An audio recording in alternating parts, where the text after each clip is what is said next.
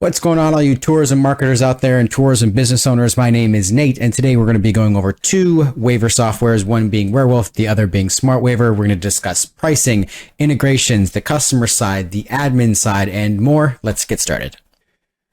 Alrighty, so first things first, let's go ahead and take a look at pricing. So you got Smartwaiver here on the left, you got Wherewolf on the right. Wherewolf went with the whole annual monthly thing, and Smartwaiver just said, hey, we're not doing any contracts or anything like that. It's just per month, and this is what you get. So I tried to make it as easy as possible, and I made this spreadsheet here. So the annual pricing versus the monthly pricing on Wherewolf is definitely different, so be wary of that.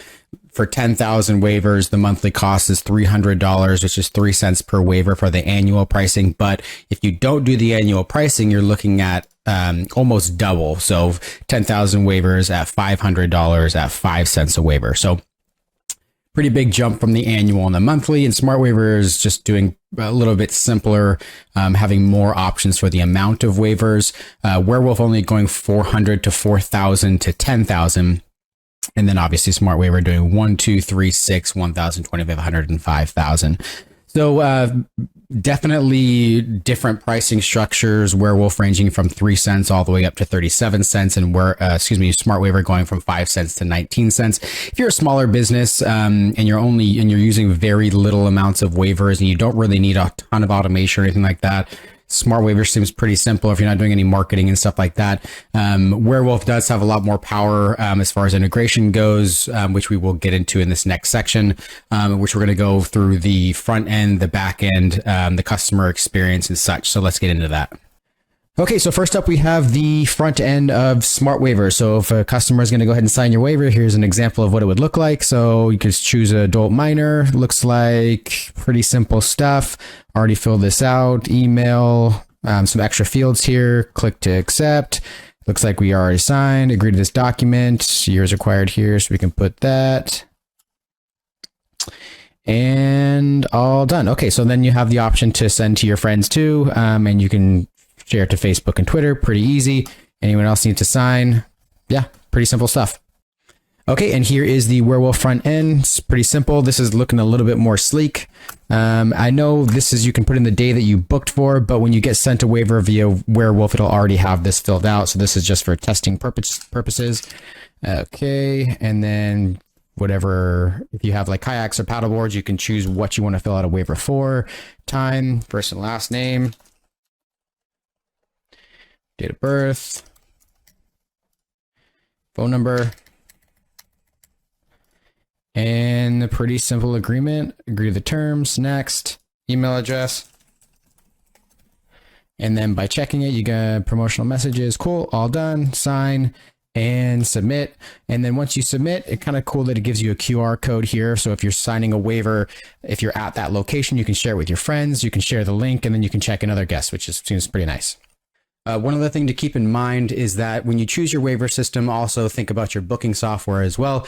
If you have Fair Harbor, both of these booking softwares will talk to the two-way integration between Fair Harbor and Smartwaiver and Wherewolf. I don't believe any of the other booking softwares do besides Zola. So I believe Zola and Fair Harbor both have the two-way integration. I don't think any others do. If that is incorrect, please let me know. Okay, let's go ahead and jump into the back end on Smartwaiver and Wherewolf here. Both vastly different. Wherewolf sort of looks a little on the dilapidated side, but it's all kind of in your face right here. Smartwaiver is a little bit more organized on the left side here. As far as Smartwaiver goes and Wherewolf goes, they both can do the same thing as far as searching. So if somebody's last name is Smith, for example, you can type it in quickly. Here you just say search guest, type in Smith, and there you go. You can see everybody with the last name Smith. As far as looking at who is on or who is going to be at your activity that day, so you can see who is coming to your location, it's a little bit different. So for Smartwaiver, it's just going to come up here. I don't believe there's any way that you can quickly get to who is going to be there on that date, except for maybe clicking the date organization or filtering by that date. Wherewolf does have this daily tab here. It's going to show you who is going to be on or at your location and exactly what activity they're going to be doing, which is really, really nice. Now, as far as integration goes, it looks like you can go Bookio, Dropbox, Google, MailChimp, Sprout, and Fair Harbor here in Wherewolf. And then looks like in Smartwaiver, you have MailChimp, Constant Contact, Emma, Mindbody, Lightspeed. Additional, you have a little bit more here. So definitely some more from Smartwaiver. I'm not sure what these are or how they connect and what they're capable of, but it definitely seems like they have a little bit more integration. Okay, speaking of integration, super important is the ability to connect with Zapier so you can automate tasks. So if we go in here and we type in Smartwaiver, does not show up, which is really unfortunate. So you can't trigger a whole lot of automation with Smartwaiver.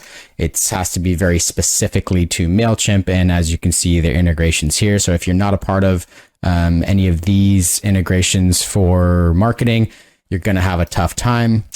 What's nice about Wherewolf is you can go in here and you type in Wherewolf and boom, it shows up, and it can integrate with so many things and pretty much any other software that is a part of Zapier, which is really nice.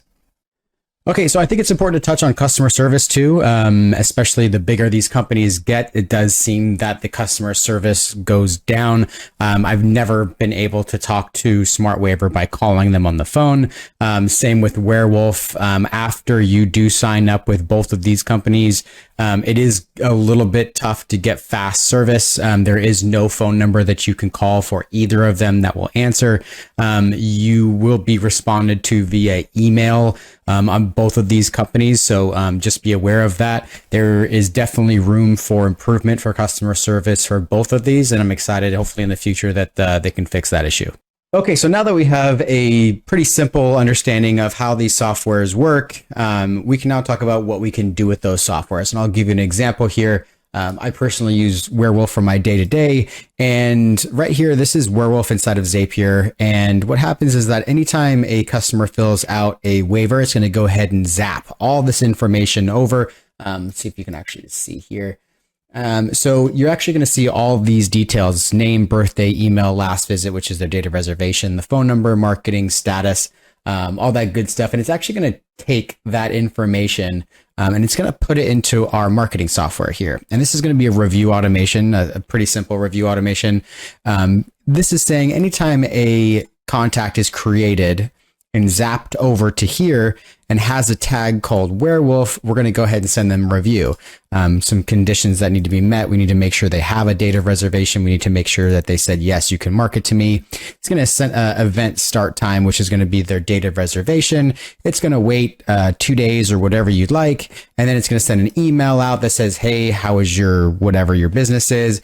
And it's going to wait 1 minute and then send a text message that says, how was your trip? Please leave us a review.